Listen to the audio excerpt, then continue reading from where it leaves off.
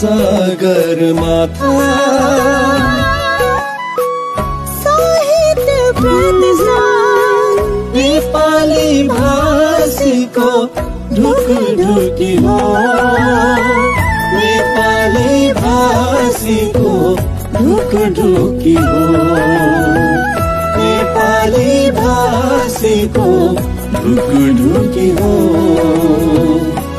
नेपाली साहित्यिक नवरसमा गाउने एउटा चौतारी हो गाउने एउटा चौतारी हो सगरमाथा।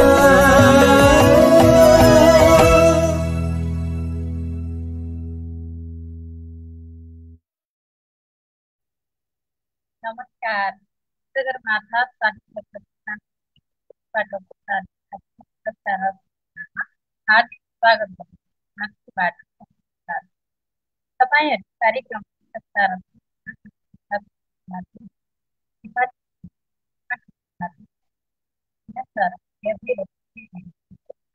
कार्यक्रम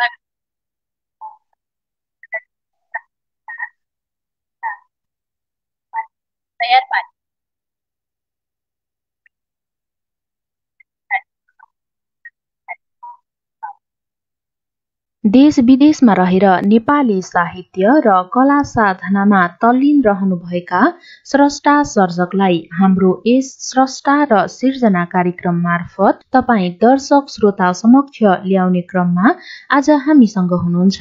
धनकुटामा जन्मेर लामो समयदेखि नेपाली साहित्यमा अनवरत सेवा गर्दै आउनुभएकी वरिष्ठ कवि, समालोचक एवं साहित्यिक अभियन्ता मोमिला जोशी विक्रम सम्वत 2024 सालमा धनकुटामा माता सनका देवी जोशी र पिता सिद्धि प्रसाद जोशीको सुपुत्रीकी रूपमा जन्मनुभएकी साहित्यकार जोशी हाल काठमाडौँमा रही प्राध्यापन र साहित्यिक यात्रालाई निरन्तर अगाडि बढाइरहनु भएको छ।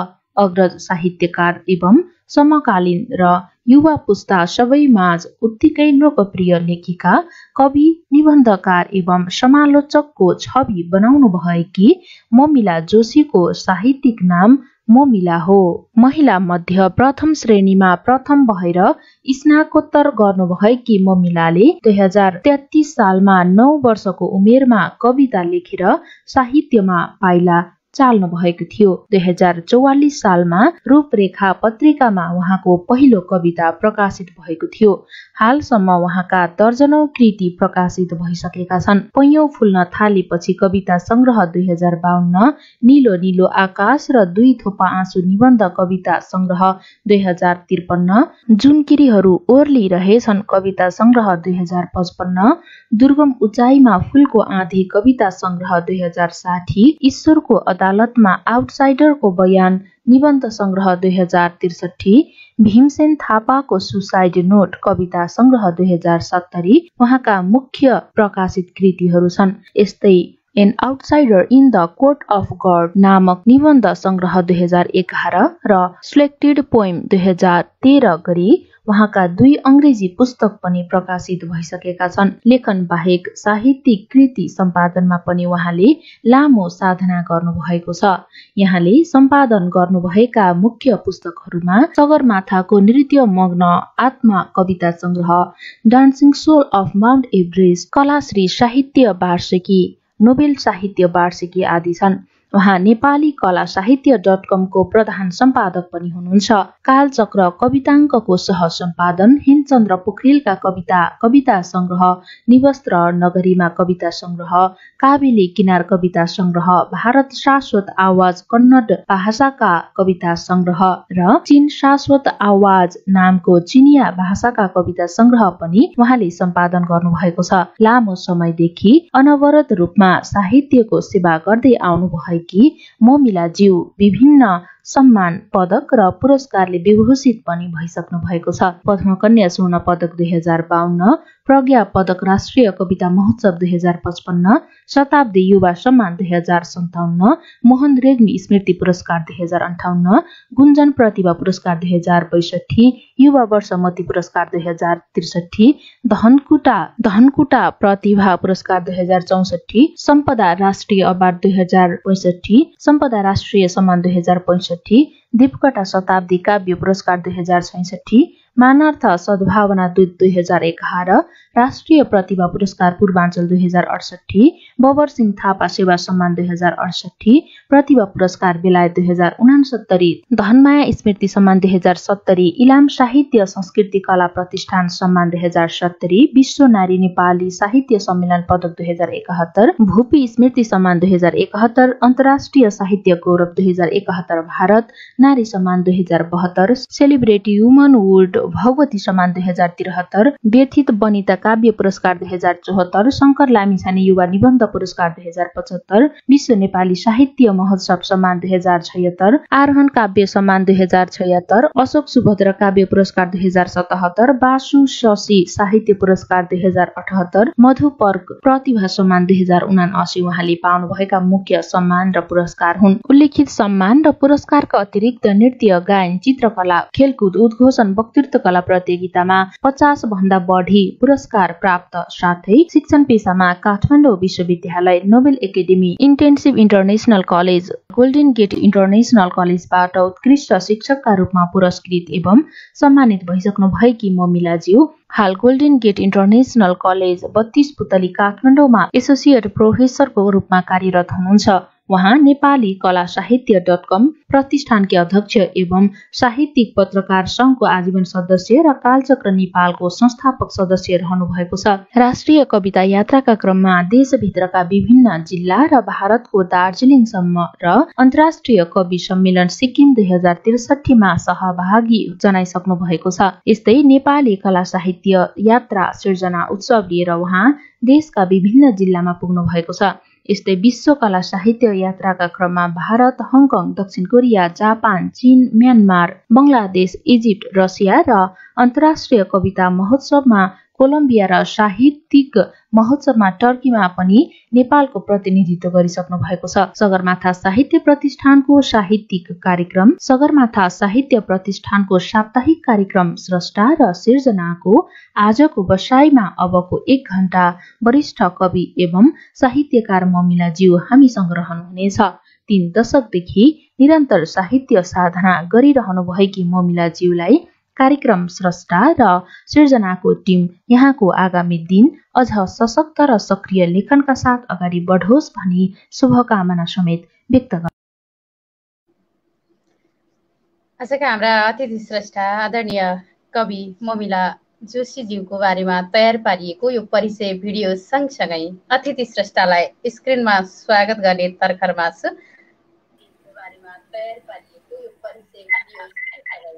हार्दिक नमन सँगसँगै स्वागत छ दिदी कार्यक्रममा। नमस्ते नमस्ते बहिनी। हजुर एकदमै धेरै अगाडिदेखि दिदीसँग कार्यक्रममा जोडिने, दिदीसँग कुराकानी गर्ने, दिदीका सृजनाहरू सुन्ने मन भइराखेको हो। त्यो रहर चाहिँ बल्ल आज पुरा भएको छ। दिदीलाई यसरी कार्यक्रममा स्वागत सम्मान गर्न पाउँदा निकै खुसी लागेको छ। हामी कार्यक्रममा थुप्रै कुराकानी यहाँका सृजनाहरू समयले भ्याएसम्म सृजनाहरू पनि सुन्छौँ। करिब 1 घण्टा कार्यक्रममा बस्छौँ। एकदम दिदी दिदीको रातो साडी अनि त्यसपछि निधारको टीका, हुन त नारीका गहनाहरू पनि हुन् यी सबै कुराहरू। तै पनि तीजको अलिकति रमाइलो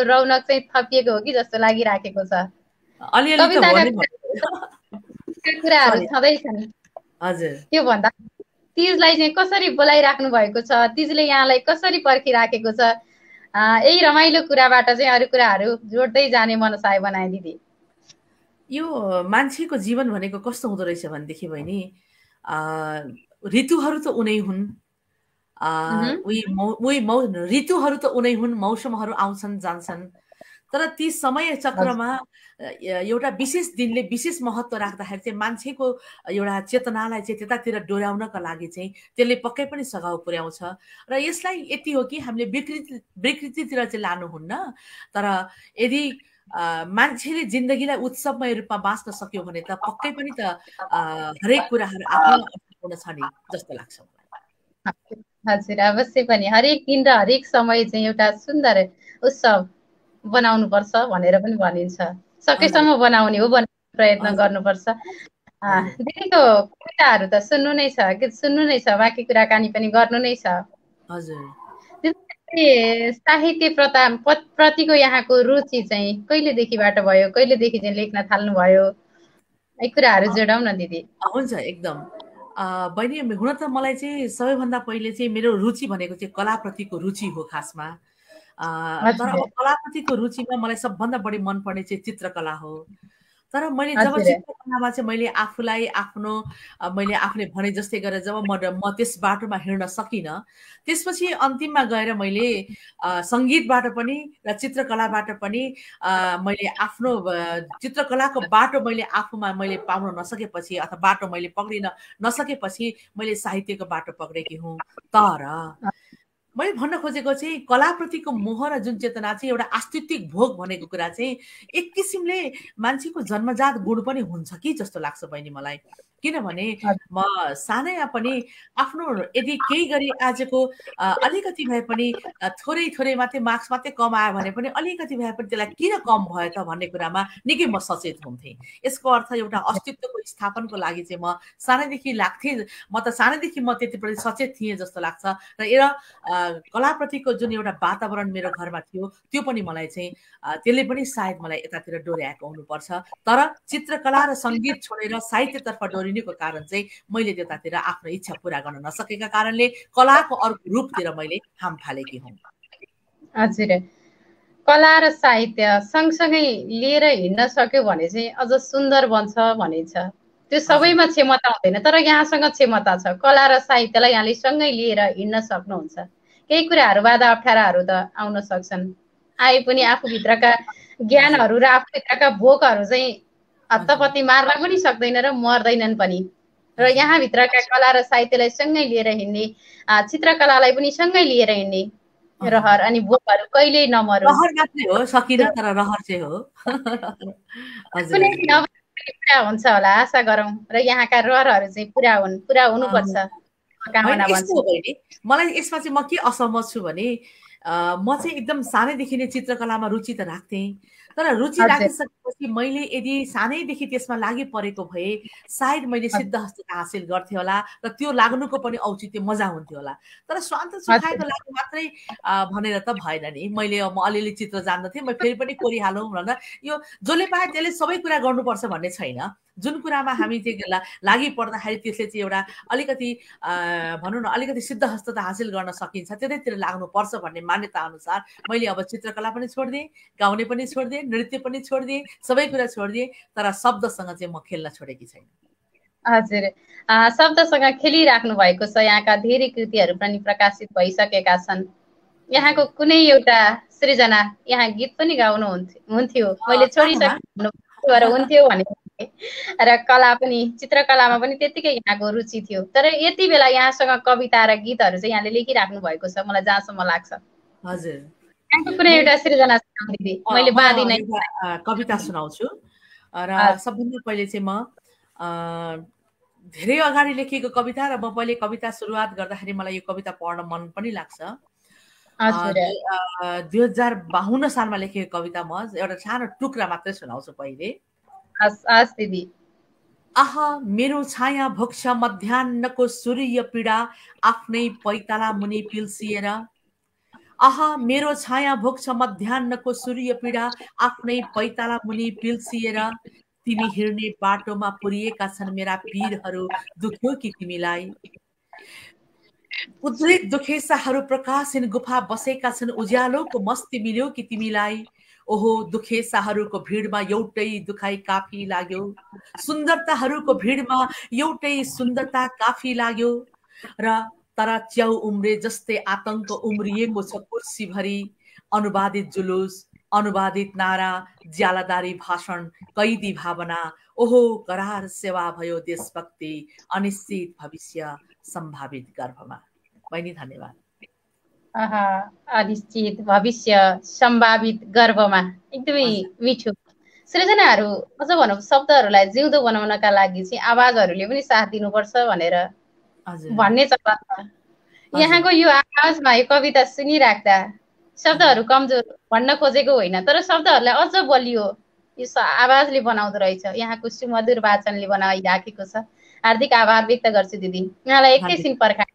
धेरै श्रेष्ठ शब्द हामीसँगै हुनुहुन्छ, कमलराज केसी सर वा दिदी भन्दै हुनुहुन्छ, राजु उपरकोटीज्यू सँगै हुनुहुन्छ। कवि कमलराज केसी सर लेख्नुहुन्छ, दिदीलाई मेरो अनुरोधमा जलेश्वरीकी निहारिका सुन्न चाहे भन्नुभएको छ। पक्कै पनि यो कविता हामीले सुन्न पाउनेछौँ। त्यसै गरी आदरणीय कवि दीपक मुडवरी दाजु हामीसँगै हुनुहुन्छ, मुक्ति पोखरेल दाजु सँगै हुनुहुन्छ, राजेश राज कर्तौला दाजु सँगै हुनुहुन्छ, धेरै श्रेष्ठ सर्जकहरू बालकृष्ण खनाल दाजु सँगै हुनुहुन्छ, आदरणीय कवि शिवराम खड्का दाजु सँगै हुनुहुन्छ, धेरै श्रेष्ठ सर्जकहरू हामीसँगै हुनुहुन्छ। नुवाकोटबाट रूपा थापा मिस, त्यसै गरी रामचन्द्र तेमसेना दाजु, धनकुटाका श्रेष्ठ पवन कार्की सर हामीसँगै हुनुहुन्छ, सुरुवातमै आउनुभएको थियो। यहाँहरू सम्पूर्णमा हार्दिक नमन, हार्दिक स्वागत गर्दछु। आज हामीसँग आदरणीय साहित्यकार, निकै सुमधुर आवाजकी धनी, गीत गाउन उहाँले नछोड्नु भएको हुन्थ्यो भनेर मेरो मनले भनिराखेको छ। मनले भनेको कुरा मुखले पनि बोलिहाल्दो रहेछ। दिदीको आवाज सुनिरहँदा दिदीले गीत चाहिँ गाइदिनु भएको भए नि हुन्थ्यो नि, हाम्रा लाग्यो भने नि हामी सुन्थ्यौँ भन्ने चाहिँ त्यो भोक चाहिँ हामीलाई पनि लागिराखेको छ दिदी। तर यस्तो हो, म गीत त म पक्कै गाउन्न, अहिले गाएर हैन, त्यो अब त्यो खालि अब रहरको पुरा गर्नु बेग्लै कुरा हो, तर प्रोफेसनल रूपमा गाउन सकिन्थ्यो यदि मैले सानैदेखि गाएको भए। किनकि सानैदेखि गाउँथे पनि बाबाले लेखी पनि दिनुहुन्थ्यो। सानै 5 वर्षको 5.5 वर्षको उमेरमा पुरस्कार पनि प्राप्त गरिन्थ्यो। र तर के अब त्यो सबै कुरा नमिल्दो रहेछ नि त। सोचे जस्तो जिन्दगी ठिक्क मिलेर त कहाँ चल्दो रहेछ त नि बहिनी, हैन। आखिरमा शब्दसँग चाहिँ म खेल्दै रहेकी छु बहिनी।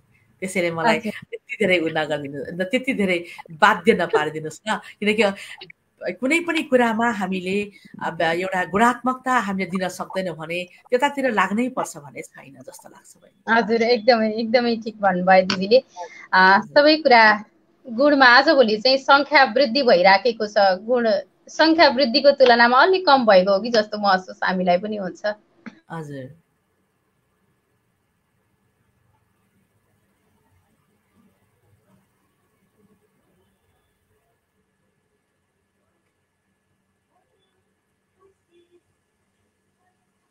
सायद लाइन गए जस्तो छ।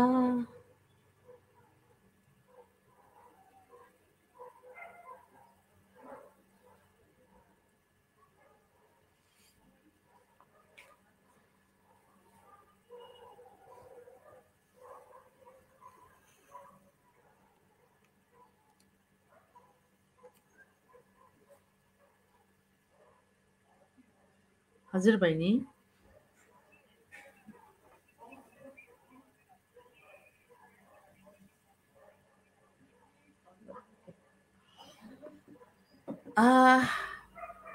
प्रिय श्रोताहरू, दर्शकहरू जसले यहाँ हेरिराख्नु भएको छ, बुझिराख्नु भएको मतलब सुनिराख्नु भएको छ हामीलाई, हाम्रो सुमी बहिनीको नेट पनि गएको हुनाले, बत्ती पनि गएको हुनाले मलाई नआत्तिकन बस्नुहोस् है, कुरा गर्दै गर्नुहोस् है भनेको हुनाले म तपाईँहरूसँग म कुराकानी गरिरहेकी छु। हुन त अब रेडियोमा पनि काम गरियो, यस कारणले गर्दाखेरि कुराकानी गर्ने त ठुलो कुरा भएन। यति बेला आफ्नो कुरा गर्न पाउँदा मलाई खुसी पनि लागेको हुन्छ। मलाई छिटै नै लाग्छ म बहिनी आउनुहुन्छ। र यदि तपाईँहरूले मलाई सुनिराख्नु भएको छ, देखिराख्नु भएको छ भने मलाई कस्तो लाग्छ भने एउटा लेखन भनेको कुरा चाहिँ मान्छेको जीवनको एउटा विशिष्ट खोज र एउटा आस्तित्विक भोगको परिपूर्तिको लागि हामी लेख्छौँ जस्तो लाग्छ।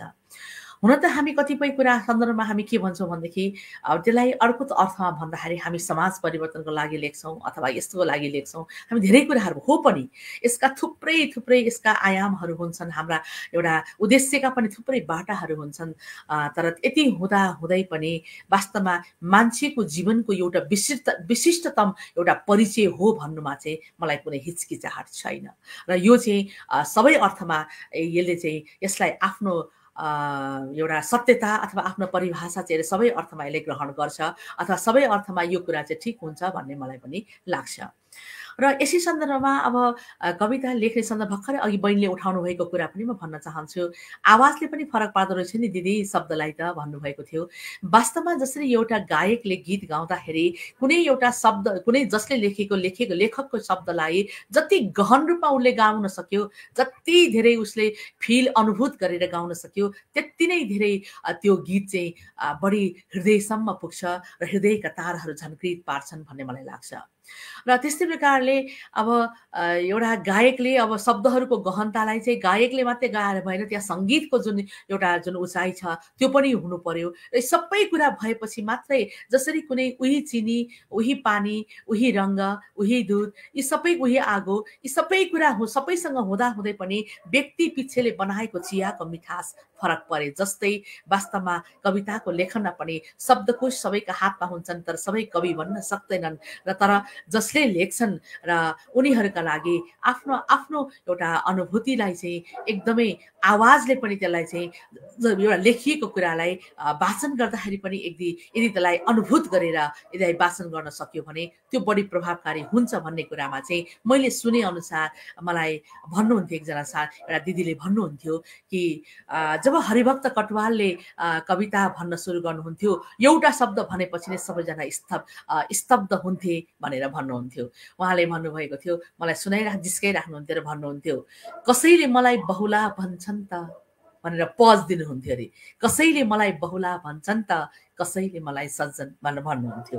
र यो कुराले मलाई पनि प्रभाव पारिरहेको थियो र मैले पनि हुनुपर्छ, वाचनमा पनि अलिकति एउटा अनुभूत हुनुपर्छ र त्यसलाई आरोह अवरोह उठान बैठान र यी सबै कुराहरू गद्य कविता पनि त्यत्तिकै यो कविताको अन्तर्लय सँगसँगै एउटा भाषिक लय पनि त्यहाँ निश्चित रूपमा त्यहाँ तय भएको हुन्छ भन्ने कुरामा चाहिँ हामी सबैले विश्वास गर्नुपर्छ। अर्थात् छन्दबद्ध कवितामा लय हुन्छ तर गद्य कवितामा लय हुँदैन भन्ने होइन। गद्य कवितामा पनि आरोह र अवरोह हुन्छ। कुन ठाउँमा हामीले बढी त्यसलाई बढी महत्त्व दिने, कुन ठाउँमा एउटा मधुर आवाजमा बोल्ने, कुन ठाउँमा अलिकति जोसिएर पढ्ने, यो कविताको धर्म अनुसार, कविताको मतलब एउटा भाव अनुसार हामी अघि बढ्छौँ र यसबाट पनि कवितालाई कति धेरै प्रभावकारी बनाउने भन्ने कुरामा चाहिँ पक्कै यसले पनि महत्त्वपूर्ण भूमिका चाहिँ खेल्छ। त्यसकारणले कविता लेख्दाखेरि जति हामी कविता लेखेर जति हामी त्यसलाई भनौँ न पुनर्लेखन गर्छौँ त्यति नै त्यो कविता चाहिँ बढीभन्दा बढी त्यो कविता चाहिँ बढी सशक्त हुन्छ भन्ने मलाई लाग्छ।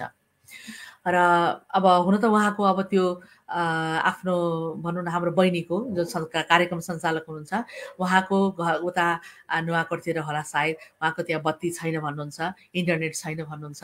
अब कतिको ठाउँमा अरूको पनि नहोला आए जस्तो छ प्रिय दर्शकले। अब हामी उहाँलाई नै पर्ख्यौँ।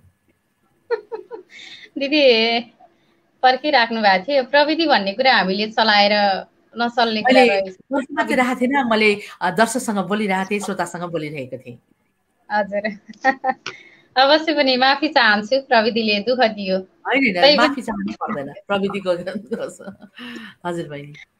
त्यही त दिदी, हामी कुराकानी सँगसँगै कविता सुन्ने तयारी गरिराखेका थियौँ।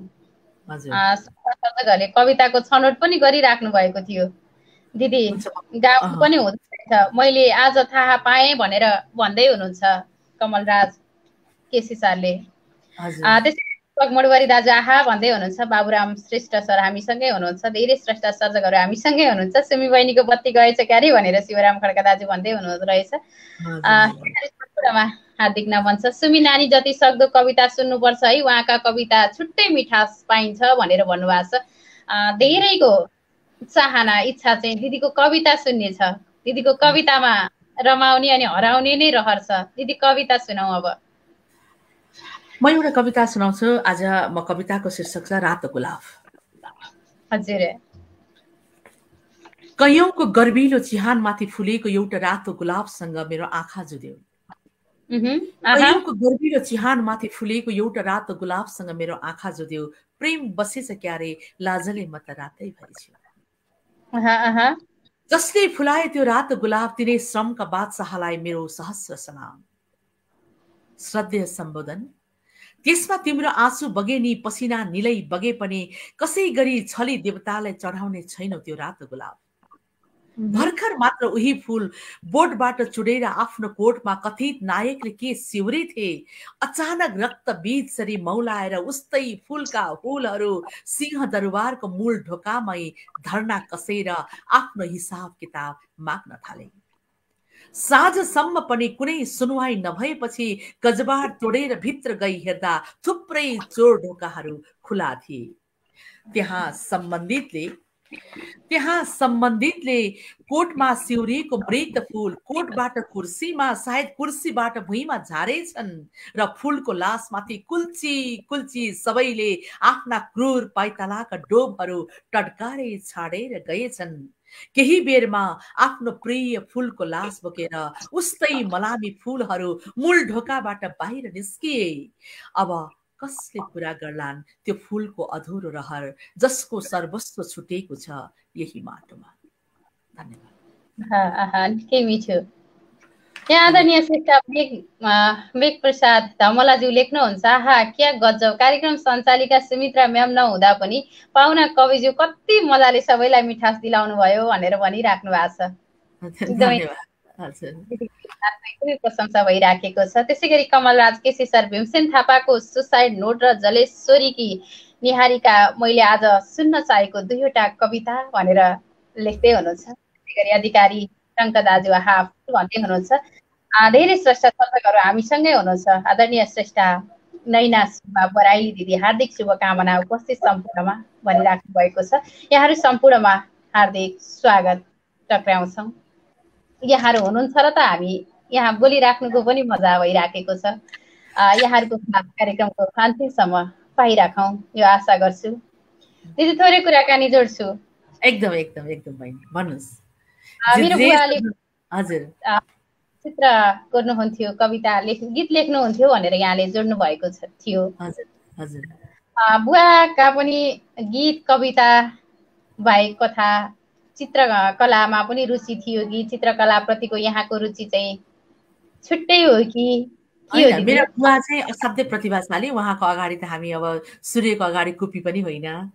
मेरो बुवा चाहिँ सबै चित्रकला, त्यसपछि अब सितार, गिटार, बाँसुरी, त्यसपछि हार्मोनियम, त्यसपछि कविता लेख्ने, मूर्ति बनाउने, कुनै कुरामा पनि कमी भनेकै थाहा छैन मलाई। मेरो बुवा चाहिँ त्यति प्रतिभाशाली हुनुहुन्थ्यो र बुवाले गीत बनाइदिनुहुन्थ्यो र मैले चाहिँ 5.5 वर्षकी उमेरमा जिल्ला प्रतियोगितामा मैले गाएकी पनि थिएँ र सानो बच्चाको गीत, र त्यो गीत चाहिँ जिल्ला प्रतियोगितामै प्रथम पनि भएको थियो। गीत गाउँदा यसको मेरो बुवा नै मेरो लागि चाहिँ यो गीतमा पनि प्रेरणा हो भने बुवा चित्र पनि कोर्नुहुन्थ्यो र त्यस कारणले म आफू पनि फेरि मलाई अब बुवालाई मन परेर पनि हो, एकातिर वातावरणले पनि हो, अर्कोतिर एक किसिमको भोग चाहिँ आस्तित्विक भोग चाहिँ मैले बार भन्छु मसँग चाहिँ सानैदेखि नै एउटा अस्तित्वको भोग चाहिँ जरुर थियो।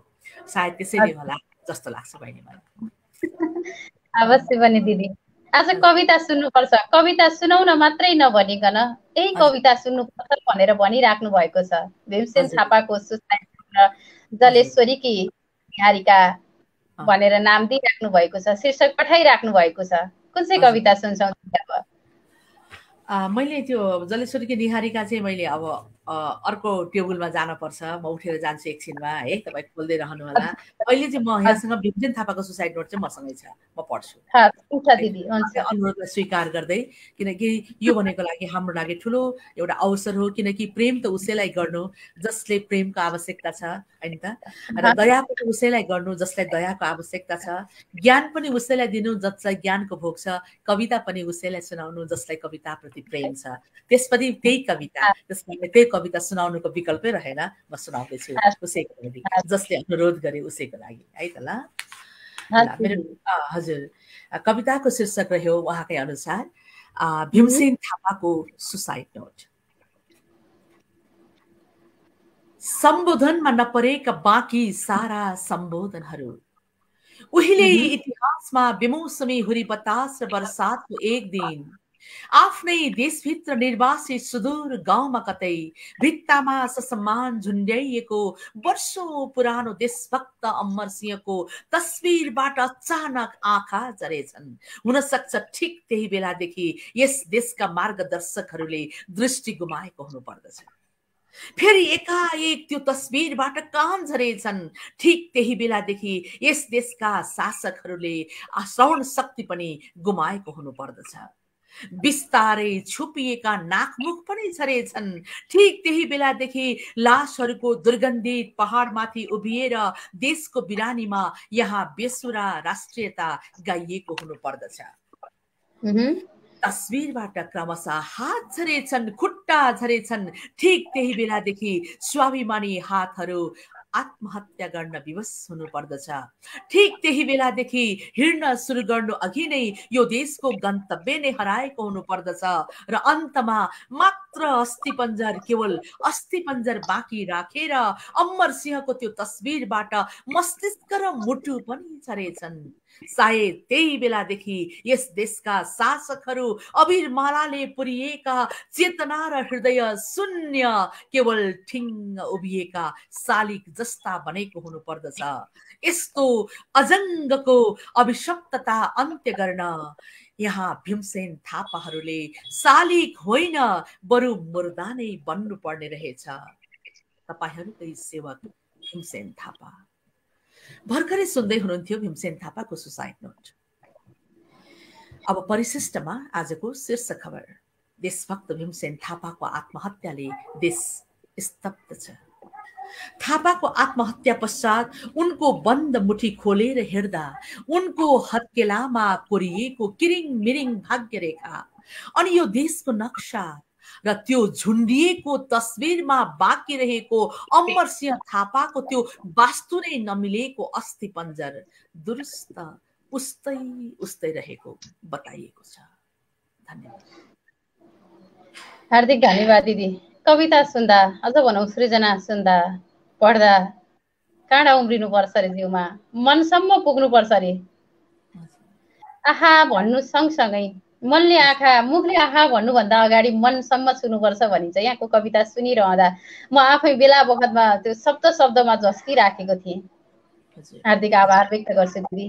अविरल अतीत भाइ वाउ भन्दै हुनुहुन्छ। त्यसै गरी सृजना उप्रेतीज्यू, हँसेली कविज्यूको मार्मिक कविता टाढा गुवाहाटीमा बसेर सुन्न पाउँदा साथै बसेर सुनिरहेको जस्तै लागिरहेछ। फुलको मलामीले टक्क छोयो भनेर प्रतिक्रिया लेख्दै हुनुहुन्छ। हार्दिक धन्यवाद। धन्यवाद। डाक्टर सृजना उप्रेतीजी हुनुहुन्छ उहाँ। म पनि धन्यवाद दिन्छु मित्र। मुडवरी राजवाहा रातो गुलाबको लास क्या बिम्ब भन्दै हुनुहुन्छ। त्यसै गरी शिवराम खड्का दाजु, रातो गुलाब सशक्त सिम्बोलिक कविता भन्दै हुनुहुन्छ। त्यसै गरी आदरणीय श्रेष्ठा मेघ प्रसाद हमलाजु, कति मिठासपूर्ण प्रस्तुति, कविता वाचन शैली वा भीमसेन थापाको सुसाइड नोट भनेर कविता प्रति प्रतिक्रिया लेख्दै हुनुहुन्छ। त्यसै गरी सगरमाथा साहित्य प्रतिष्ठानका अध्यक्षज्यू अजित उत्सव दाजु, मोमिला जोशी दिदी नमस्कार, ढिलो आए क्षमा चाहन्छु भन्दै हुनुहुन्छ। त्यसै गरी आदरणीय साहित्यकार शिवराम खड्का दाजु, कवि मोमिलाका गफ पनि कविता जस्ता लाग्छन् मलाई त, ब्रेकिङ न्युज जस्तै भीमसेन थापाको सुसाइड नोट भनेर भन्दै हुनुहुन्छ। त्यसै गरी अजित उत्सव दाजु, दिदीको कविता निबन्ध लेखनको म फ्यान हुँ भन्दै हुनुहुन्छ। धेरै स्रष्टा प्रतिक्रिया लेखिराख्नु भएको छ। जिज्ञासाहरू हामीलाई हेर्ने हामीलाई सुन्ने सबैसँग छ। मसँग पनि अझ कति छ तर समय कम छ। जति भ्याइन्छ त्यति रहर, जति पाइन्छ त्यतिमा चित्त बुझाउनु पर्छ। फेरि अर्को बसाइमा दिदीसँगै अझ प्रत्यक्ष भेटेर धेरै ज्ञानहरू लिन बाँकी नै छ। यति बेला एउटा प्रतिक्रिया लिन चाहन्छु दिदी। कमलराज केसी सर लेख्नुहुन्छ, धेरै भयो दिदीको निबन्ध पढ्न नपाएको। ईश्वरको अदालतमा आउटसाइडरको बयान पछि दिदीको निबन्ध शिल्प कवितामा आरोहण भयो कि जस्तो लाग्छ। दिदीलाई यो कुरा सोधिदिनु होला हजुरले भनेर जिज्ञासा पठाउनु भएको उत्तर म दिइहाल्छु नि। कमलराज केसी भाइलाई म उत्तर डाइरेक्ट दिन्छु, किन समय खेर फाल्नु। भाइ निबन्ध पनि त्यत्तिकै लेखिरहेकी छु र किनकि निबन्ध र कविता चाहिँ अलिकति एउटै धार किन हुन्छ भनेदेखि कविता पनि निबन्ध पनि कवितात्मक भयो भने त्यो निबन्ध चाहिँ अलिक विशिष्ट हुन्छ। त्यस कारणले भन्दाखेरि मलाई कविता सँगसँगै निबन्ध पनि लेख्छु, निबन्ध सँगसँगै कविता पनि लेख्छु र अर्को सङ्ग्रह तयार छ भाइ, खालि निकाल्न नभ्याएको नसकेको के परिवेश परेको मात्रै हो भाइ। यसको लागि शोधनीको लागि एकदम मिठासपूर्ण धन्यवाद। हजुर, हामीलाई पनि नयाँ कुरा थाहा भयो, दिदीका कृतिहरू चाहिँ धेरै तयारीमा छन्, आउन मात्रै बाँकी हो भन्ने कुरा। तयारीमा रहेका कृतिहरू चाहिँ सबै बजारमा आउनुपर्छ, बजारमा मात्रै होइन निकटसम्म आइपुग्नुपर्छ, हामीले पनि पढ्न पाउनुपर्छ। हजुर, एकदम राखेका छौँ र सफलताको अग्रिम शुभकामना दिदीलाई। एकदम धन्यवाद, म आशीर्वाद लागोस्, शुभकामना लागोस्। मोमिना नमस्ते, याद गरिरहेछौँ फ्रम सिक्किम भन्नुभएको छ। नमस्ते कुबेर सर, नमस्ते। उहाँ चाहिँ हामी सिक्किम जाँदाखेरि उहाँको आतिथ्यले हामी पुलकित भएका थियौँ। तपाईँलाई फेरि पनि नेपालबाट नमन। हजुर, विश्वका विभिन्न कुनाबाट नेपाली भाषा साहित्यलाई माया गरिराख्नु भएको छ, हामीलाई माया पठाइराख्नु भएको छ। यहाँको मायाप्रति एकदमै नतमस्तक छौँ। यहाँहरू सम्पूर्णमा हार्दिक नमन, हार्दिक स्वागत टक्राउँछौँ। कुराकानीतर्फ जोडिन मन लागिराखेको छ, जिज्ञासा नै राख्छु दिदी। यहाँ कविता लेख्नुहुन्छ, हजुर, यहाँले निबन्ध तयार पारिराख्नु भएको छ, निबन्ध पनि सँगसँगै लेखिराख्नु भएको छ। हजुर, कविता लेख्नु, साहित्यमा लाग्नु, साहित्यमा रहनु सँगसँगै अरू केमा व्यस्त हुनुहुन्छ दिदी? के गरिराख्नु भएको छ? जोडाउन। जिन्दगीलाई उत्सव बनाउन व्यस्त छु बहिनी म चाहिँ हैन। किनकि जब जिन्दगीलाई सेलिब्रेट गर्न सकेन भने जिन्दगी जिउन त निकै गाह्रै हुन्छ र जिन्दगीको सेलिब्रेसनको क्रममा सेलिब्रेसनको तयारीको लागि मान्छेले गर्नुपर्ने सङ्घर्षबाट म टाढा छैन बहिनी। त्यही सङ्घर्षसँग सङ्घर्षै गरिरहेकी छु। त्यही नै हो जीवनको अतिरिक्त दिनचर्या बहिनी। हजुर, एकदमै जिन्दगीलाई चाहिँ रमाइलो बनाउनका लागि, जिन्दगीलाई जिन्दगी जस्तो बनाउनका लागि, अझ सुन्दर बनाउनका लागि निरन्तर प्रयासरत हुनुहुन्छ। एकदम हजुर। यति बेला आदरणीय श्रेष्ठ कुबेर विष्ट सर लेख्नुहुन्छ, thank you ma'am for your valuable comments भनेर भन्नुभएको छ। हार्दिक धन्यवाद। एकदम गजब एउटा पर्सनालिटी हुनुहुन्छ उहाँ। अजित उत्सव हाम्रो समयकी सबैभन्दा सशक्त महिला स्रष्टा हुनुहुन्छ। समकालीन समयमा मैले सबैभन्दा सम्मान गर्ने सीमित लेखकमा दिदी पनि हुनुहुन्छ भनेर अजित उत्सव दाजु भन्दै हुनुहुन्छ। भित्र पढ्न पाएकोमा मलाई पनि म आफैलाई गौरवान्वित ठान्दै भाइलाई विशेष धन्यवाद, हार्दिक आभार व्यक्त गर्छु। यहाँका प्रतिक्रियाहरूलाई, सबै प्रतिक्रियालाई सम्मान गर्न यहाँ पढ्न नसके पनि मैले स्क्रिनमा डिस्प्ले गर्ने प्रयत्न गरिराखेको छु। यहाँहरू सम्पूर्णलाई स्वागत गरिराखेका छौँ। अब हामी कविता सुन्छौँ है दिदी। एकदम। र अहिले चाहिँ मलाई चाहिँ यो के अरे महिलासँग सम्बन्धित एउटा नारी हुनुको अर्थमा म त्यो कविता सुनाउँछु। र कविता नै भन्न लाउनुहोस् भनेर यहाँ कसले भन्नुभएको छ, शिवराम खड्का सरले भन्नुभएको छ, खड्काजीले भन्नुभएको छ। म एउटा कविता पढ्छु पहिले। यो चाहिँ नारीसँग सम्बन्धित एउटा कविता पढ्छु पहिले। मात्र एउटा हाँगा काटे नि भनेर यो कविता मलाई अलिकति प्रिय लाग्ने भएको हुनाले म कविता पढ्छु है। मैले पुरुषलाई सम्बोधन गर्दै महिलाको तर्फबाट म बोलिरहेकी छु। मात्र एउटा हाँगा काटे नि, कविताको शीर्षक। प्रिय पुरुष, तिमीले तिमीलाई नै प्रेम गर्ने नारी वृक्षको मात्र एउटा हाँगा काटे नि, सयौं माफ गर्नु होला, तिमीले तिमीलाई नै प्रेम गर्ने नारी वृक्षको मात्र एउटा हाँगा काटे नि, एउटा हाँगा मात्र होइन, सयौं फूलहरू निष्प्राण हुनेछन्, हजारौं पातहरूका सहारा टुट्नेछन्, लाखौं करोडौं बीजहरू अवसानमा पुग्नेछन्। एउटा हाँगा काट्दा तिमीले सोचे भन्दा नि के हुनेछन्, के हुनेछन्। एउटा हाँगा काट्दा निष्प्राण फूलसँगै ओठका रङ्गहरू उड्नेछन्। रङ्गसँगै सपनाहरू बेरङ्ग हुनेछन्। फूलसँगै जीवनका सुगन्धहरू बिलाउनेछन्। सुगन्धसँगै उमङ्गहरू रित्तिनेछन्। एउटा हाँगा काट्दा तिमीले सोचे भन्दा नि के हुनेछन्, के हुनेछन्। एउटा हाँगा काट्दा बेसहारा पातहरूसँगै हरिया विश्वासहरू झर्नेछन्। विश्वाससँगै सम्बन्धहरूले आत्महत्या गर्नेछन्। कुनै समयको प्रेमको हरियाली सारा गुनासा बिना नै तिम्रो अहमको पर्खाल नागेर पर्खाल बाहिर बसाइ सर्नेछन्। तिम्रा लागि डस्टबिनमा पुरुषत्वका धिक्कार प्रश्नहरू छाडिएका हुनेछन्। एउटा हाँगा काट्दा बुझ्यौ तिमीले सोचे भन्दा नै के हुनेछन्, के हुनेछन्। एउटा हाँगा काट्दा करोडौं बीजहरूको अवसानसँगै ढुङ्गाका कापबाट लस्कर निस्केर सृष्टिको अराजक जुलुसले तिमीलाई घेर्नेछन्। चौतर्फी कालो कालो भएर आकाश तिम्रो सुघोषित शक्तिशाली बस्तीमा खस्नेछन्। दृश्यमा तिम्रो सर्वोपरिता तिम्रै आँखाका डिलबाट भेलका भेल बग्नेछन्। अन्तत तिम्रो बाढीग्रस्त अहम आफ्नै जलमग्न संवेदनाबाट परास्त हुनेछन् र नारीका पाउमा छाँद हालेर अन्तिम पटक प्रेमको भीख माग्दै क्वा रुनेछन्।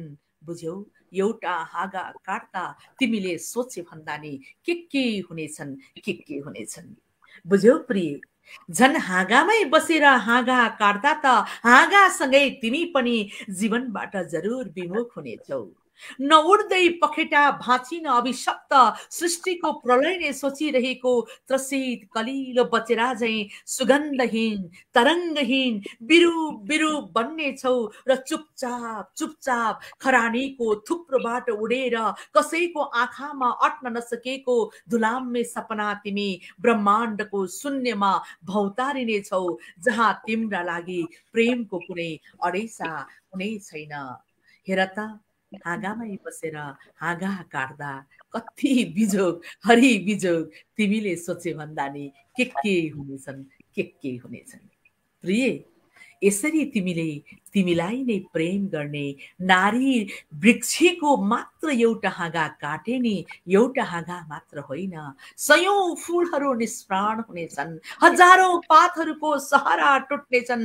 लाखौं करोडौं बीजहरू अवसानमा पुग्नेछन्। हाँगामै बसेर हाँगा काट्दा त झन् नारी उच्छ्वासको हावा तिम्रै उच्छ्वाससँग एकमुष्ट आँधी बनेर तिम्रै कथित सर्वोपरि बस्तीमा अनाधिकृत प्रवेश गर्नेछन्। अनि ताण्डव मच्चाएर आँधी फर्केपछिको अस्त व्यस्त अवशेषमा तिमीलाई नयाँ प्रमिल बस्तीको कल्पनामा छाडेर जानेछन्। तिमीलाई केवल कल्पनामै छाडेर जानेछन् र यथार्थ भाग्नेछन्। र मात्र सपनामा निद्रा नै हराम गर्ने सारा अहंकारहरू सिरानीले थिचेर निदाइरहेको तिम्रो अबोध अनुहार हेरी एउटा अलौकिक पुतलीले तिम्रो निधारमा चुम्नेछन्। तर थाहा छ, त्यही पुतली भित्र तिमीलाई नै प्रेम गर्ने उही नारीको आत्मा समाहित भएको हुनेछन्। तर मात्र एउटा हाँगा काटे नि तिमीले सोचे भन्दा नि के हुनेछन्, के हुनेछन्। धन्यवाद। के हुनेछन्, के हुनेछन्। वा, एउटा हाँगा काट्दा त के हुनेछन्, के हुनेछन् भनेर अधिकारी ढङ्क दाजु लेख्दै हुनुहुन्छ। त्यसै गरी बबिता विष्ट बहिनी उहाँ मिठो भन्दै हुनुहुन्छ। त्यसै गरी तोयलाल दाहाज्यू सबैजनालाई साहित्यिक नमन म काकट भिट्टा झापाबाट भन्दै हुनुहुन्छ। हार्दिक नमनसँगै स्वागत छ। आदरणीय साहित्यकार मानन्द र अभागी दाजु हामीसँगै हुनुहुन्छ। त्यसै गरी अविरल अतीत भाइ सबैमा हार्दिक नमन भन्दै हुनुहुन्छ। यहाँहरू सम्पूर्णमा हार्दिक नमन छ। कविता नसकिए हुन्थ्यो, यही कविता बगिराखेको छ। यहाँले धन्यवाद भनिसक्दा पनि कविता सकिएको हो र भने जस्तो म आफैलाई भइराखेको छ, किनकि म आफै कवितामा हराइराखेको छु। यहाँको आवाजको त अझ जति प्रशंसा गर्दा पनि कम हुन्छ। सुटुक्क सोध्छु अहिले पछाडि दिदी के खानुहुन्छ यति मिठो आवाजको लागि भनेर। धेरै प्रतिक्रियाहरू पठाइराख्नु भएको छ। बाफ्रे एउटा हाँगा काट्दा कति असर भनेर शिवराम खड्का दाजु भनिराख्नु भएको छ। शान्त तलाउमा आदि ल्याउने कविता भनेर अजित उत्सव दाजु भन्दै हुनुहुन्छ।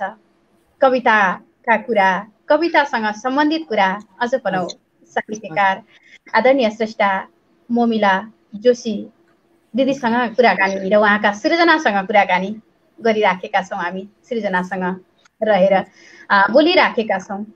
यहाँहरूको साथ, यहाँहरूका प्रतिक्रियाहरू सँगसँगै दिने प्रयत्न गरिराखेको छु। आजको बसाइ अलिक पृथक बनिराखेको छ। यहाँहरू सम्पूर्णमा फेरि पनि हार्दिक नमन, हार्दिक स्वागत गर्छु। थोरै कुराकानीतर्फ नै जोडिन्छु भनेर मनमा लागिराखेको छ, तर एउटा प्रतिक्रिया देखेको थिएँ मैले। उहाँलाई कुराकानी गरेर नअल्मल्याउनुहोस्, शब्दशिल्पी कवि मोमिलालाई गफमा धेरै नअल्मल्याउनुहोस्। सुमी नानी कविता नै भन्न लगाउनुहोस् क्या, आज पेटभरि कविता सुन्नुपर्छ भनेर शिवराम खड्का दाजु भन्दै हुनुहुन्छ। पेटभरि कविता सुन्ने रहर सबैलाई छ, मलाई पनि छ। दिदीसँग अर्को कविता तयारीमा पक्कै छ, कविता सुनाऊ दिदी। हुन्छ, धेरै कविता खैरी खल्लो होला नि बहिनी। ठिक छ, ल सानो टुक्रा सुनाउँछु त अहिले चाहिँ ल। नयाँ सोच्नु हरेकले एकचोटि पागल हुनु हो, नयाँ सोच्नु हरेकले एकचोटि पागल हुनु हो। कवि भन्छन् शब्दहरू पागल भएपछि कविताको जन्म हुन्छ। कवि विप्लव भन्छन् शब्दहरू पागल भएपछि कविताको जन्म हुन्छ। हो, जब रङ्गहरू पागल हुन्छन् खुला स्पेस चित्रमय बन्छ। सात सुर पागल भए आठौं सुरमा सङ्गीतको अवतरण हुन्छ। उद्रेत र सारा अन्यहरू पागल हुँदा सिङ्गो जीवन नै रङ्गमञ्चमा रङ्गबद्ध बन्छ र उपसंहारमा यिनै कोष्ठभित्रका एक मुष्ट पागल समयहरू नै कालान्तरमा एक उचाइ सभ्यता अग्लन्छ। धन्यवाद। कति मिठो। पागल हुनु पनि फाइदा रहेछ कविहरूका लागि। नयाँ सोच्दा त पागल त भनि नै हाल्छ नि कवि पागल। डिमडुङ नेमाजु हामीसँगै हुनुहुन्छ। त्यसै गरी रेणु राईजी वाउ भन्दै हुनुहुन्छ। कविता विष्ट बहिनी वा क्या दम छ भनेर भन्दै हुनुहुन्छ। कुराकानी तर्फ नै जोडिन्छौँ हामी। यहाँ चाहिँ विभिन्न साहित्यिक संस्था सङ्घ संस्थाहरूमा पनि आबद्ध हुनुहुन्छ। यसरी सङ्घ संस्थाहरूमा रहनु, आबद्ध हुनु चाहिँ यो स्रष्टाका लागि आवश्यक हो कि बाध्यता हो कि के हो जस्तो लाग्छ दिदी यहाँलाई? यो आवश्यकता पनि होइन, बाध्यता पनि होइन, यो चाहना हो बहिनी होइन। कसैले बाध्य पनि पारेको र कुनै आवश्यकता हुनु भने च्याउम्री जस्तै संस्थाहरू छन् होइन।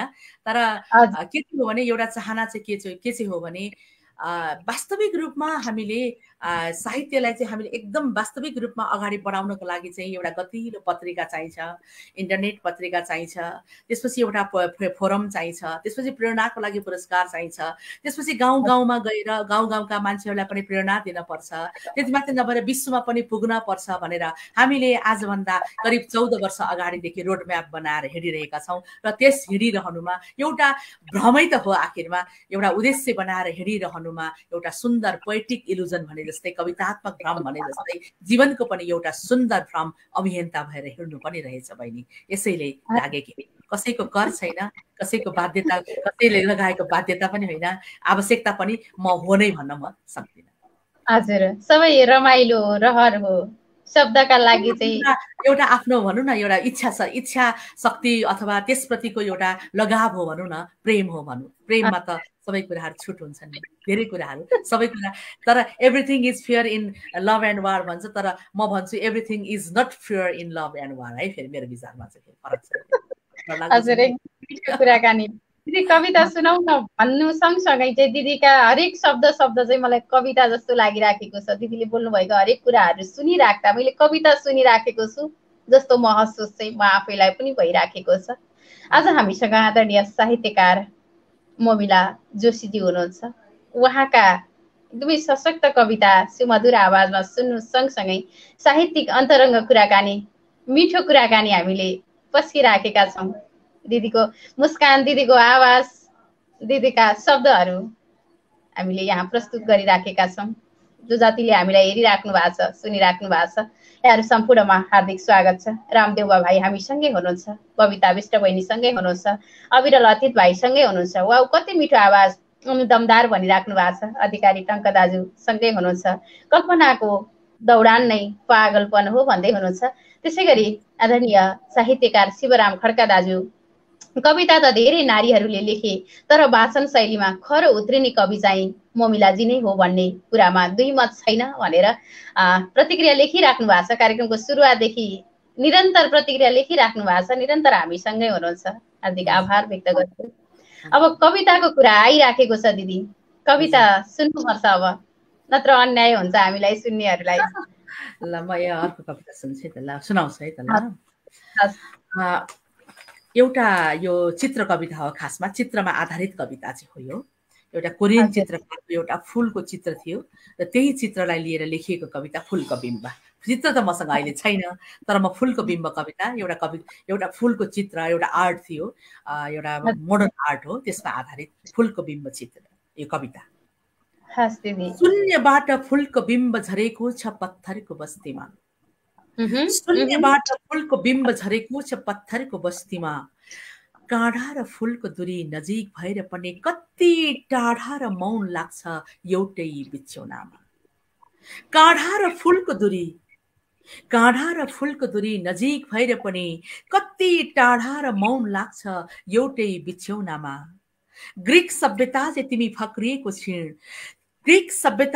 फक्रिएको क्षण काँडा बीचको तिम्रो शालीन मुस्कुराहट सम्झेर भगवानसँग वरदान माग्नै बिर्सेछु। आँसु त बेहिसाब लुकाएछौ नि, चर्केको ऐनामा तिम्रो बिम्ब प्रेम झै अझ सुन्दर देख्दो रहेछु। कतै बिहद घाममा मुर्झाएर तिमी नजरहरूमा छलिए पनि आत्मीयताले त अँध्यारोमै तिमीलाई चिन्न सक्ने भएछु। फूलसँग आँखा जुत्नु साह्रै दुःखको कुरा, यहीबाट प्रारम्भ हुनेछन् आगामी सुन्दर फूलहरू, यहीबाट प्रारम्भ हुनेछन् आगामी सुन्दर फूलहरू। धन्यवाद। निकै मिठो दिदी। तीज पनि नजिकै आइराखेको छ, विभिन्न तरखानी कार्यक्रमहरू पनि चलिराखेका छन्, विभिन्न खालका गीतहरू पनि आइराखेका छन्। मैले यो कुरा जोडिराखेको चाहिँ तीजलाई विशेष गरी नारीहरूको पर्व, दिदी बहिनी चेलीहरूको पर्व भन्ने चलन पनि छ। विशेष गरी नारीहरू रमाइराखेको हामीले पाउँछौँ र यससँगै संस्कृति सँगसँगै विकृतिहरू पनि आइराखेका छन्। काठमाडौँमा यसको प्रभाव गाउँमा भन्दा अलि बढी छ कि जस्तो पनि लाग्छ। आजको समयमा, आजको समाजमा चाहिँ यो तीज चाहिँ कसरी मनाउनु पर्छ होला, कसरी मनाइयो भने चाहिँ संस्कारहरू जोगिन्छ होला जस्तो लाग्छ दिदी यहाँलाई? यथार्थमा चाहिँ हेर्नुहोस् बहिनी, मैले धेरैचोटि म यो कुरा भन्छु कि मानव जीवन, मानव सभ्यता भनेको चाहिँ हामीले एउटा निर्माण गरेको विशिष्ट कृत्यहरूको सम्मिश्रणबाट हाम्रो संस्कार र सभ्यता बन्छ, संस्कृति बन्छ। अब हामीले कुनै एउटा उपलक्ष्य बनाएर तीजलाई उपलक्ष्य बनाउँछौँ, जन्मदिनलाई उपलक्ष्य बनाउँछौँ, एउटा विवाह संस्कार जस्तै, जन्म संस्कार जस्तै, हैन, मृत्यु संस्कारहरू जीवनमा यी गाँसिएर आएका जस्तै जीवनका बीचबीचमा आएका यस्ता जुन मैले भने नि फुल फुलिरहन्छन्, के अरे वैशाखमा फेरि फुल फुल्छ, फेरि बर्सात आउँछ, फेरि शरद ऋतु आउँछ, यस्तै हुँदै हुँदै शिशिर हुन्छ, हेमन्त हुन्छ, बसन्त हुन्छ। यी सबै कुराहरूको ऋतुहरू परिवर्तन हुँदै गर्दाखेरि ए बाबा त्यो चक्र फेरि एउटै हो, उस्तै हो, तर हामीलाई हरेक नयाँ लाग्छ, किनकि हामीसँग जीवनका यस्तै उत्सवहरू गाँसिएका छन् र यसले हामीलाई ऊर्जा दिन्छ। किनकि वास्तवमा जिन्दगी त बितिरहेको छ, वर्तमान हामीबाट भागिरहेको छ, जिन्दगी सकिँदै जान्छ, चुरोटको सल्काएको जस्तै चुरोट सकिँदै गइरहेको छ, जिन्दगी रूपी चुरोट पनि सल्किँदै गइरहेको छ। त्यो धुवा कहाँ जान्छ पनि थाहा छैन, एक दिन सकिन्छ, ठुटा बनेर सकिन्छ पनि। तर त्यस्तो हुँदा हुँदै पनि यस्ता उत्सवहरू चाहिँ मानव सभ्यताको एउटा के हो त, संस्कारले गाँसेको कुनै न कुनै एउटा कारण दियो। अब जस्तै अब न्वागी खाने भन्छौँ हामी, कुनै नयाँ कुरा उमार्यो र उमारिसकेपछि भगवानलाई चढाएर र चढाइसकेर अथवा ईश्वरलाई अथवा प्रकृतिलाई, यो त प्रकृति पूजक हो नि, यो त खासमा त कृषकहरू त चढाइसकेपछि हामी के गर्छौँ त भन्दा यो चढाउनु भनेको एउटा सम्मान हो, मैले यस्तो उत्पादन गरेँ भनेको जानकारी पनि हो र यो एउटा कथा न कथा हामीले कहाँ त हाम्रो जीवन शैलीसँग गाँसिएर आउँछ र यस्ता कुराहरूले हामीलाई आनन्द दिन्छ भने त्यो काम गर्दा के बिग्रियो। तर तपाईले भने जस्तै संस्कृति विकृति भयो भने चाहिँ बिग्रिन्छ नि। यही कुराहरू हामीले रोक्नुपर्छ, त्यो कुरा पक्का हो। सहरमा अलिक बढी चाहिँ फेसन भएको जस्तो पनि लाग्छ, त्यो पनि अलिकति राम्रो चाहिँ होइन। तर हामीले तीजको नाममा एउटा हाम्रो एउटा महिला दिदीबहिनीहरूले जुन प्रकारले आफूलाई अलिकति भए पनि हामीले के गर्छौँ भने आफूलाई उत्सवमय ठान्छन्, त्यो कुरा चाहिँ मलाई प्रिय लाग्छ। किनकि जिन्दगीलाई उत्सवमय रूपमा बाँच्नु भनेको कुरा नराम्रो कुरा चाहिँ होइन। जुन जिन्दगी साँच्चै नै हरेक पल पलमा हाम्रो हातबाट भागिरहेको त छ। त्यसकारण एउटा स्मृतिमा क्लिक गर्नु त हो नि आखिरमा, हामीले कैद गर्नु त हो नि आखिरमा। हजुर, त्यसैले चाहिँ यो रूपमा चाहिँ म लिन चाहन्छु। तर विकृतिका रूपमा चाहिँ हामीले त्यसलाई चाहिँ हामीले मान्छेले नै बनाएका नियमहरू हुन्, तोड्ने पनि मान्छे नै हुन् र त्यसलाई पुनः संस्करणमा हामीले अगाडि बढाउने पनि मान्छे नै हुन् बहिनी। त्यसमा कुनै बढी लामो कुरै गर्न आवश्यकै छैन यसमा त जस्तो लाग्छ मलाई। अवश्य पनि दिदी, जिन्दगीलाई चाहिँ उत्सव बनाउनु पर्छ, उत्सवमा बाँच्नु पर्छ। आखिर जीवन सकिने नै हो, बिस्तारै सल्किराखेको छ सकिनका लागि, एक दिन सकिन्छ नै, स्वीकार गरे पनि नगरे पनि सकिने नै कुरा हो। रोए पनि हेर्नुहोस् न, जिन्दगी त बित्छ नि बहिनी, हो कि भन्नुहोस् त। तपाईँ हाँस्नुहोस्, आज हाम्रो कार्यक्रममा आए पनि नआए पनि जिन्दगी त बित्यो। तर यो कार्यक्रम गरेको हुनाले कम्तीमा कतिजनासँग भेट भयो होइन त बहिनी? यही हो उत्सव भनेको। तपाईँको कार्यक्रम पनि एउटा उत्सव हो। हेर्नुहोस्, बोल्ने अवसर, यसरी जोडिने अवसर भयो होइन र बहिनी? तपाईसँग बोल्ने अवसर, कतिजनासँग यहाँ कुराकानी गरिरहेका छौँ हामी, उहाँले भनिराख्नु भएको छ। म पनि यहाँ स्क्रिनमा हेरिरहेकी छु र एउटा एक किसिमको एउटा जीवन बाँचेको अनुभूति त हो नि यो। हजुर, अवश्य पनि दिदी। शिवराम खड्का कविता त धेरै नारीहरूले लेखे, तर वाचन शैलीमा खरो उत्रिने कवि चाहिँ मोमिलाजी नै हो भन्ने कुरामा दुई मत छैन भन्नुभएको छ। मैले यो प्रतिक्रिया फेरि दोहोऱ्याएर पढेँ, किनकि नारी लेखेकाहरूको चाहिँ सङ्ख्या कम छ, लेख्नेहरू पनि जति मात्रामा बाहिर आउनु पर्ने हो त्यति बाहिर आउन सक्नु भएको छैन, विभिन्न कुराहरूले रोकिराखेको छ भनेर भनिन्छ। यहाँलाई के लाग्छ दिदी, नारीहरूको साहित्यमा चाहिँ स्थान कहाँनेरि छ? हजुर बहिनी, अब यस्तो खालको प्रश्नमा चाहिँ वास्तवमै मलाई पनि त्यति अल्झिन चाहिँ मन चाहिँ लाग्दैन है। तर पनि तपाईँको प्रश्नको उत्तर दिन त म दिन चाहन्छु। ठिक छ, नारीहरू कहाँ अल्झिएका छन्, कहाँ के गरेका छन् र उनीहरूलाई निस्कन गाह्रो छ, यो कुरा सबैले बुझेका छन् बहिनी, सबैले बुझ्छन् पनि। तर बुझ्दै पनि हामी के गर्छौँ त भन्दाखेरि अब अगाडि बढ्दाखेरि पनि कहिलेकाहीँ नारीहरूको अस्तित्वमाथि प्रश्न लगाउने, उनीहरूको क्षमतामाथि प्रश्न चिन्ह लगाउने यस्ता कुराहरू पनि हुन्छन् बहिनी, दुःख लाग्छ। अर्कोतिर नारीहरूको अर्को एउटा जीवनको सत्य भनेको कुरा, सृष्टिमा पुरुषको सृष्टिलाई जिउँदै राख्नको लागि पुरुषको जुन दायित्व भनेको बिजाधानदेखि बाहेक अरू चाहिँ अलिक भनौँ न नारीको जतिको अलिकति रिस्की चाहिँ हुँदैन। यद्यपि पुरुषको पनि कुनै दायित्व हुँदैन भन्ने होइन, उसको पनि छ। तर यति हुँदा हुँदै पनि नारीहरूलाई जति पुरुषलाई सजिलो छ त्यति चाहिँ 100% त्यति चाहिँ सजिलो छैन, त्यो पक्का हो। तपाईँ सामान्य एउटा कुरा म भन्छु, सामान्य एउटा उदाहरण, हामीले कुनै ठुलो कुरै गर्न पर्दैन। एउटा गर्भधारण गरेकी महिला अथवा गर्भवती महिलालाई 100 मिटरको दौड दौडायो भने के अरू नारीहरूसँग पनि ऊ दौड्न सक्छ र? पुरुषसँग त परै जाओस्। सुत्केरी एउटी महिलालाई के तुरुन्तै उसलाई अन्य पुरुषले जस्तै वा नारीले जस्तै काम गराउन लाउन सकिन्छ र? हरेक महिना भोग्नु पर्ने महिनावारीको पीडालाई के महिलाले म भोग्दिन भन्न पाउँछ र? कति महिलाहरू त पेट दुखेर कलेज नजाने, पेट दुखेर सुत्ने, अब यो त एउटा प्राकृतिक सत्य हो नि त। फेरि अस्वीकृत गर्न भनेपछि महिला अब त्यो त भयो, यो त सामान्य, यसलाई त सामान्य रूपमा लिन्छन्। बच्चा जन्माउनु पनि एकछिन पीडा लिन्छन्, 2 घण्टा 3 घण्टा 4 घण्टा 5 घण्टा 1 दिन 5 दिनसम्म पीडा लिन्छन्, तर त्यो सबै बिर्सिहाल्छन्, सबै बिर्सिन्छन्। तर बच्चा हुर्काउन त्यति सजिलो छैन नि बहिनी। यतिखेर म अत्यन्त भावुक भएर एउटा कुरा भन्छु बहिनी, एउटा बच्चा गर्भमा राखेर हुर्काउनु, जन्माउनु, हुर्काउनु, ठुलो बनाउनु, +2 पढ्न सक्ने बनाउनु, अनि +2 पढ्न सक्ने बनाएर टक्रक्क पास गराएपछि थक्रक्क विदेश पठाउनु, विदेशमा पैसा पनि पठाउनु, छोरो पनि पठाउनु, छोरी पनि पठाउनु, उसको श्रम पनि पठाउनु, यो हाम्रो के नियति होला है बहिनी? एकदमै दिदी। अनि फेरि पढेर आउला भने पढेर आउँदैन, त्यत्रो दुःख गरेर हुर्काएको हाम्रो कति श्रम गएको छ, हाम्रो कति पैसा गएको छ, हाम्रो कति मूल्य गएको छ, यो देशले कहिले बुझेको छ? अथवा बुझेर पनि किन बुझ बचाउँछ? हजुर, हामीले हाम्रो श्रम यही माटोमा पोखे पो यहाँ फुल फुल्छौ नानु। बाहिर पोखेपछि त कागजकै खोस्टो त आउँछ, त्यसले किनेर खान सकिएला, तर यो देशको संरचना बन्दैन। यो देशमा हाम्रो विकास हुनेवाला छैन। तर के गर्नु, यस्तै यस्तै कुराहरू बनाउनु भयो दिदी।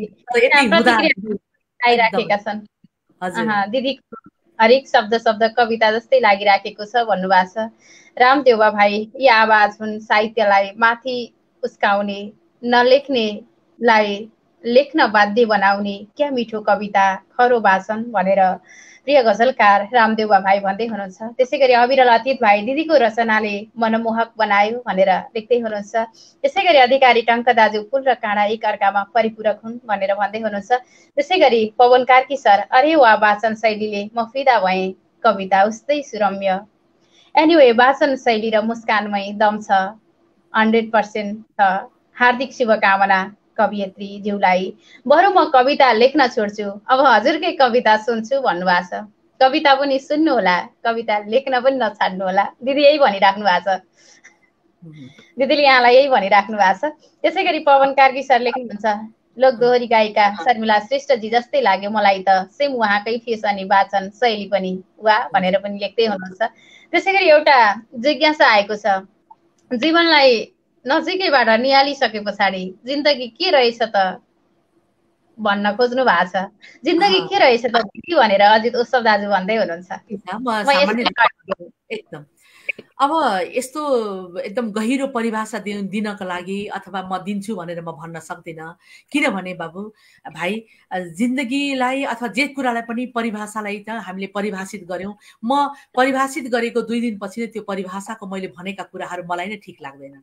यसको अर्थ सत्य त बदलिरहन्छ, यसैले अन्तिम परिभाषा पनि छैन। तर बायोलोजिकल परिभाषा गर्ने हो भने सबैको जीवन भनेको जन्म र मृत्यु बीचको दूरी हो। यदि दार्शनिक परिभाषित गर्ने हो भने अस्तित्वलाई जिउँदो राख्नका लागि जन्म पाएको एउटा उत्कृष्ट विशिष्ट प्रकृतिको उपहार हो। र अझै भन्ने हो भने हामीले जीवन भनेको चाहिँ कम्तीमा एउटा सभ्यता अथवा मानव सभ्यताको शिखरमा बसेर एउटा अन्तिम फुल लिएर बस्न सक्ने मान्छे, यदि खतम भयो भने अन्तिम फुल रोप्नको लागि फुल लिएर बस्न सक्ने मान्छेको जीवन चाहिँ वास्तविक जीवन हो भन्न म सक्छु।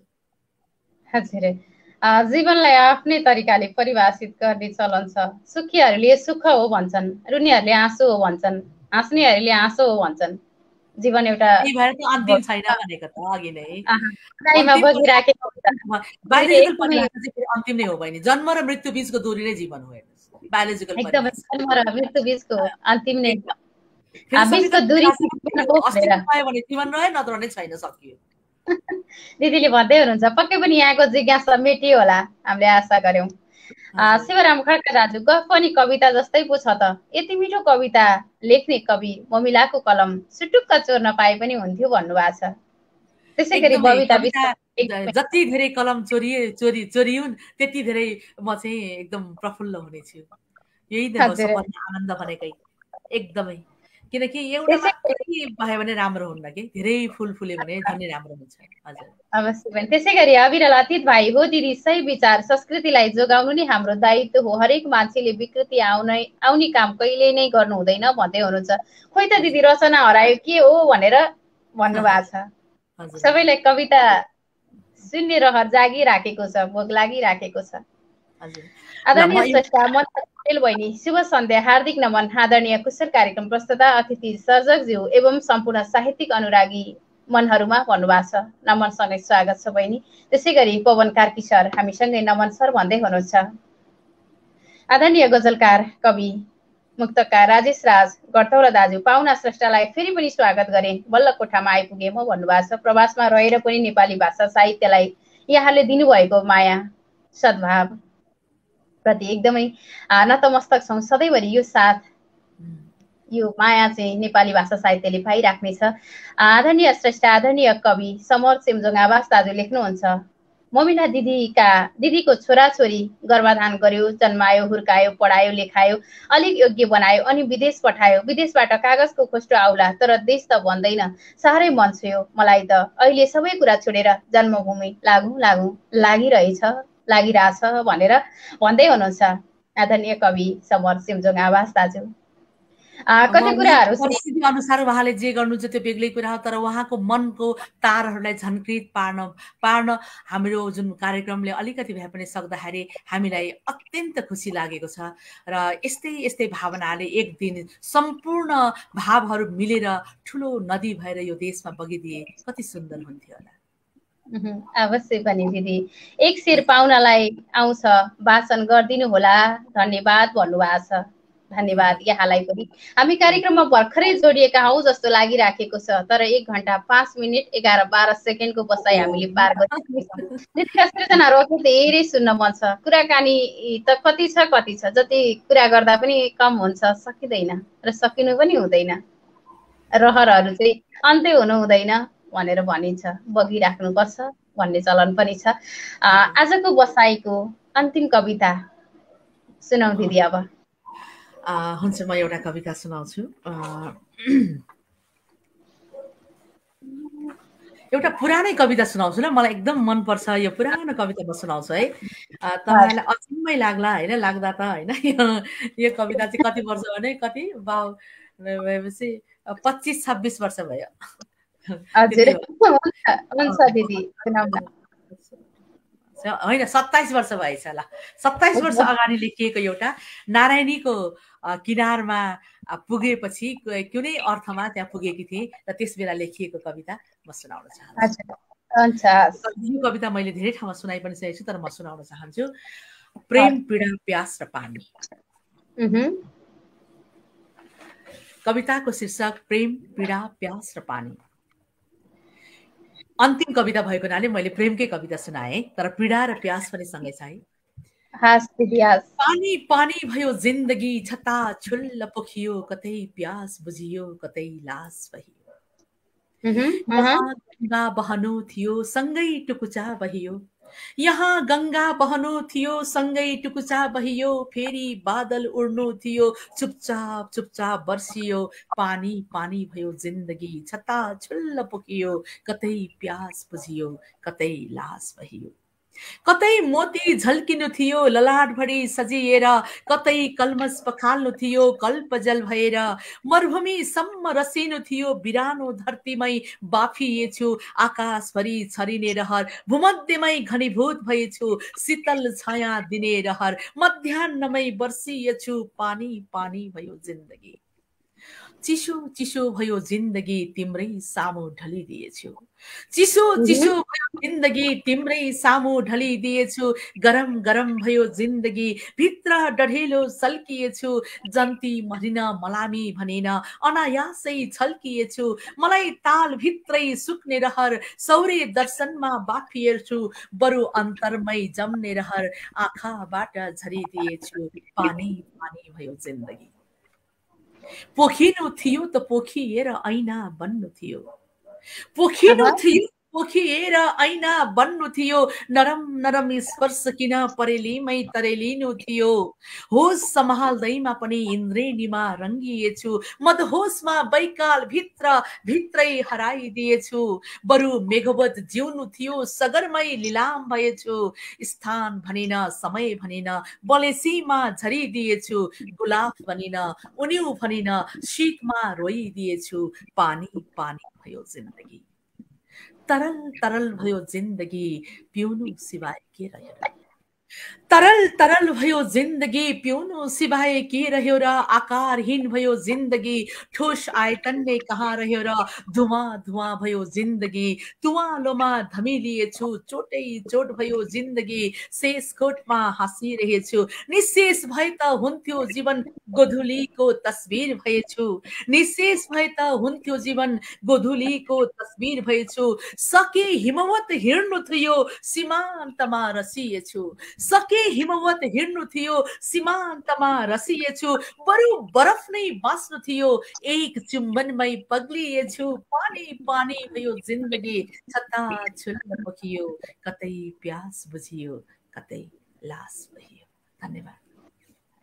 आहा दिदी, कविता अन्तिम कविता मैले भन्न हुँदैन थियो, तर के गर्नु, नभनी सुख पनि छैन। 1 घण्टा 9 मिनटको बस हामीले पार गरिसकेका छौँ। धेरै श्रेष्ठ सर्जकहरू हामीसँगै हुनुहुन्छ। राजेश राज गडतोला दादा लेख्नुहुन्छ, वाह म्याम क्या कविता पस्कनु भयो भन्दै हुनुहुन्छ। आदरणीय श्रेष्ठ लिम्बू दाजु मिठो प्रस्तुत भन्दै हुनुहुन्छ। त्यसै गरी बबिता विष्ट बहिनी क्या बात भन्दै हुनुहुन्छ। त्यसै गरी पवन कार्की सर, म बोलिन कवितामै बोल्यो पानी पानी भयो जिन्दगी, अरे वाह भन्दै हुनुहुन्छ। त्यसै गरी मन्दा पौडेल बहिनी आहा शब्द भन्दै हुनुहुन्छ। त्यसै गरी शिवराम खड्का दाजु लेख्नुहुन्छ, अब कवि मोमिलालाई दियालुको स्टेजमा सुन्नुपर्छ भनेर भन्दै हुनुहुन्छ। दिदीलाई चाहिँ दियालुको स्टेजमा बोलाउँदा हामीलाई पनि निम्ता दिनु होला, हामी पनि पछाडि बसेर दिदी फेरि फेरि भनेर भन्नेछौँ, पछाडि बसेर ताली टिप्नेछौँ। त्यसै गरी अविरलातीत भाइ रचना हरायो भन्दै हुनुहुन्थ्यो, पक्कै पनि सुन्नुभयो यहाँले। त्यसै गरी आदरणीय कविवर असीम सागर दाजु नमस्कार कवि मोमिला लगायत सम्पूर्णमा भन्नुभएको छ। हार्दिक नमस्कार सँगै यहाँलाई स्वागत छ। उहाँको लागि स्रष्टाको लागि एउटा शेर भनेर पवन कार्की सरले पठाउनु भएको थियो। मोमिला तिमीलाई फुल होइन प्रेमको उपहार दिन्छु, सङ्गीन छ यार जीवन बाँच्नको लागि म पूर्वाधार दिन्छु, कसम म त फिदा भएछु तिम्रो वाचन अनि मुहानी मुस्कानले भन्नुभएको छ। धन्यवाद यो प्रतिक्रियाको लागि, यति धेरै स्नेहको लागि। त्यसै गरी अविरल अतीत भाइ पुरानो रचनाले मन छुयो, 27 वर्षे भनेर भन्नुभएको छ। यो 27 वर्षे भन्दा पनि 16 वर्षे कविता। 27 वर्ष पुरानो 16 वर्ष। हजुर, यो एकदमै मिठो कविता, जवान कविता। हार्दिक आभार व्यक्त गर्छु दिदी। समय थोरै थपौँ कि सुमित्रा सुमिमिस कृपया भन्नुभएको छ। समय थप्न मन त मलाई पनि छ, तर लगभग 9 बजेर 11 मिनट गइसकेको छ। सबै कुरालाई पनि हामीले ख्याल गर्नुपर्छ। दिदीसँग बस्ने रहर मलाई चाहिँ पुगेको होइन, तैपनि कार्यक्रमलाई बिट मार्नुपर्छ। दिदीसँग अझ धेरै कुराकानी गर्न मन छ। दिदीको यो हाँसो, यो मुस्कान अनि शब्दहरूसँग रमाउन मन छ, हराउन मन छ। तैपनि समयको कारण हामी चाहिँ बिदा माग्नु पर्ने बेला हुन लागिसकेको छ। जाँदा जाँदा यति कुरा चाहिँ भनेर जान्छु कार्यक्रममा, यति चाहिँ बोल्छु भन्ने यहाँलाई त्यस्तो के लागेको छ भने चाहिँ भन्न सक्नुहुन्छ दिदी? म यति मात्रै भन्छु, आगो शब्द बोल्दैमा बोल्ने ओठहरू डढ्ने छैनन्, पानी शब्द बोल्दैमा बोल्ने ओठहरू भिज्ने छैनन्। यसैले म ओठले जति बोल्नु त्यो शब्दले के हुन्छ र मेरो मनले अथवा तपाईँको मनले जे बुझ्यो त्यही नै हुन्छ। धन्यवाद। निकै मिठो हरेक शब्दहरू कविता जस्तो लाग्छ। उहाँले बोलिराख्दा पनि कविता सुने जस्तै लागिराखेको छ भनिराख्दा हामी अन्तिममा पनि उहाँले अन्तिममा भन्ने कुरा पनि हामीले कवितामै सुन्यौँ। हार्दिक आभार व्यक्त गर्छु दिदी। यहाँको साहित्यिक यात्रा सँगसँगै जीवनका हरेक यात्राहरू चाहिँ अझ सफल बनोस्, प्रागड बनोस्, हाम्रो शुभकामना। र यहाँका तयार भएका कृतिहरू चाहिँ चाँडै नै बजारमा आओस् र नुवाकोटसम्म आइपुगोस्, मसम्म आइपुगोस्, विभिन्न श्रेष्ठ सर्जकहरू समक्ष देश विदेशसम्म पुगोस्, विश्वका कुना कुनासम्म छाओस्, हाम्रो शुभकामना दिदीलाई। एकदम धन्यवाद सबैलाई। धन्यवाद जसले सुनिदिनु भयो र जसले हृदयमा राख्नुभयो उहाँहरू सबैलाई धन्यवाद। हामीसँग कार्यक्रमको अन्तिमसम्म पनि धेरै श्रेष्ठ सर्जकहरू हुनुहुन्छ। सुनिता चौहान लामिछाने सुन्दर भन्दै हुनुहुन्छ। केशव बोहरा भाइ हामीसँगै हुनुहुन्छ। आदरणीय श्रेष्ठ दुर्गा तिवारी दिदी नमस्कार। श्रेष्ठ द्वय मेरी प्यारी बहिनी सुमिर मोमिलामा भन्दै हुनुहुन्छ। त्यसै गरी केशर बोहरा भाइ आगो दिदी भनेर भन्दै हुनुहुन्छ। आदरणीय श्रेष्ठ किरण कार्जित दिदी वाह वाह क्या प्रस्तुति भनेर भन्दै हुनुहुन्छ। यहाँहरू सम्पूर्णप्रति हार्दिक आभार व्यक्त गर्छु। एकदमै समय व्यस्त हुँदा हुँदै पनि हाम्रो निमन्त्रणालाई स्वीकारेर कार्यक्रममा आइदिनु भयो। आएर करिब 1 घण्टा 13-14 मिनटसम्म हामीसँगै रहिदिनु भयो। मिठा प्रस्तुतिहरू सुनाएर हामीलाई एकदमै ऋणी बनाउनु भएको छ दिदी। यहाँको यो समयप्रति सृजनाप्रति हार्दिक आभार व्यक्त गर्छु। यहाँप्रति हार्दिक धन्यवाद टक्राउँछु र यहाँका कलमहरू अझ तिखो भन्दै जाउन्, यहाँका सृजनाहरू अझ बलिया भन्दै जाउन्, सबैको मनमुटुमा बस्न सफल होस्, हार्दिक शुभकामना भन्दै यहाँलाई हाम्रो गर्दैमा आइराखेको आउँदै गरेको तीजको हरितालिका तीजको पनि हार्दिक शुभकामना संस्कृतिसँगै सभ्यताहरू जोगियोस् यो कामना पनि गर्छु। सँगै आजको कार्यक्रमलाई यहीँ बिट मार्छु। यहाँहरूको हरेक पल सृजनशील अनि साहित्यमय बनोस्। नमस्कार, शुभरात्रि। नमस्कार, शुभरात्रि सबैलाई।